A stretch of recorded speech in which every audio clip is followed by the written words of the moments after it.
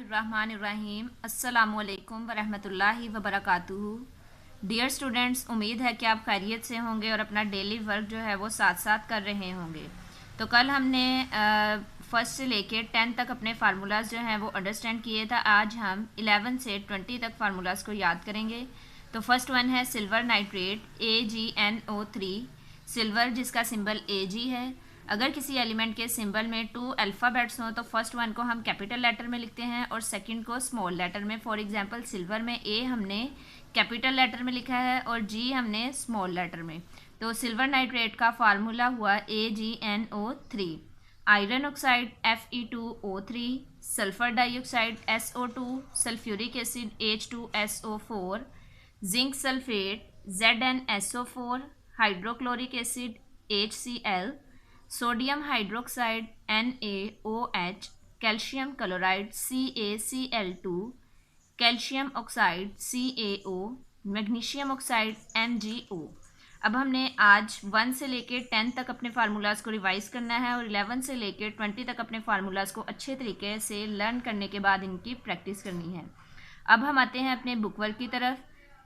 तो next topic है हमारा chemical equations and their balancing, यानी पेज नंबर 65 की आज हम अंडरस्टैंडिंग के साथ साथ रीडिंग भी करेंगे और इसमें से जो डेफिनेशंस हैं या इंपॉर्टेंट पॉइंट्स हैं उन्हें याद भी करेंगे।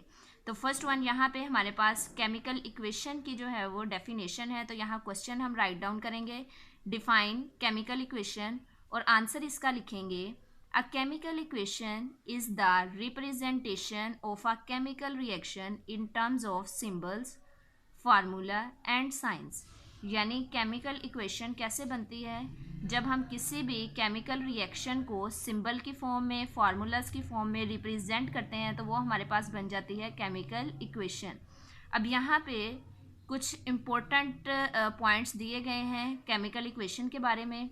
Symbol and formulas of reactants are written on left side. अब लेफ्ट हैंड साइड पे किसके सिंबल या फार्मूला लिखे जाते हैं, रिएक्टेंट्स के, और राइट हैंड साइड पे प्रोडक्ट के।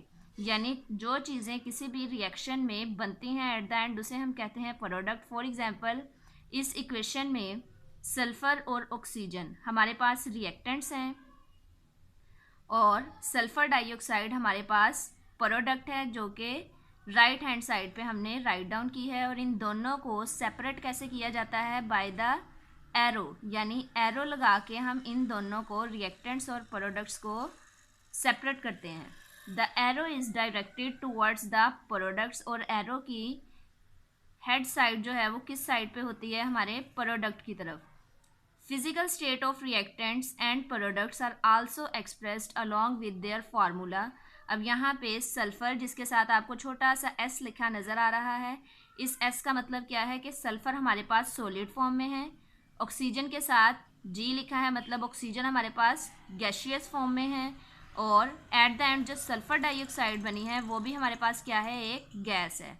तो हमने केमिकल इक्वेशन में ये चीज़ें भी लाजमी जो है वो लिखनी होती हैं कि सल्फर के आया चीज़ सॉलिड है, लिक्विड है या गैस है। नेक्स्ट है हमारे पास for example the chemical equation representing the reaction of sulphur with oxygen to form sulphur dioxide is written as.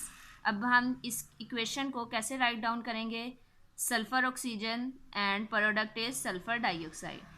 Next है हमारे पास the chemical equation written above shows that sulphur in its solid state reacts with oxygen gas. अब मैंने आपको ये पहले ही understand करवा दी है बात कि ये स्मॉल s का मतलब या स्मॉल g का मतलब क्या है कि सॉलिड फॉर्म में है या लिक्विड या गैस में। तो सल्फर सॉलिड फॉर्म में है, ऑक्सीजन हमारे पास गैस है, तो सल्फर डाइऑक्साइड हमारे पास एक गैस बनेगी। नेक्स्ट है similarly the chemical equation given below indicates the zinc. अब जिंक जिसका सिंबल क्या है, Zn, सल्फ्यूरिक एसिड जिसका फार्मूला है H2SO4। अब यहाँ पे हमने अभी जो अपने फार्मूलाज आज के देखे 11 से 20 तक, तो उसमें सल्फ्यूरिक एसिड का फार्मूला भी है। तो अच्छे तरीके से उसे याद करें ताकि आप लोगों को इस यूनिट को अंडरस्टैंड करने में कोई डिफ़िकल्टी ना रहे।